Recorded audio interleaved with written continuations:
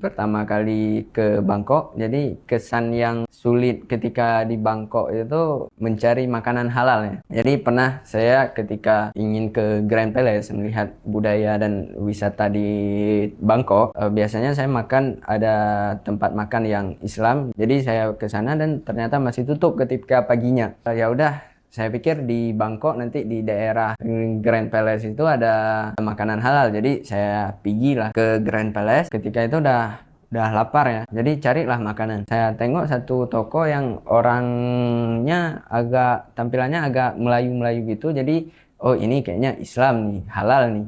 Jadi masuklah. Ketika masuk pesan, lihat menu, ini menunya ada satu pork. Pork itu artinya kan babi.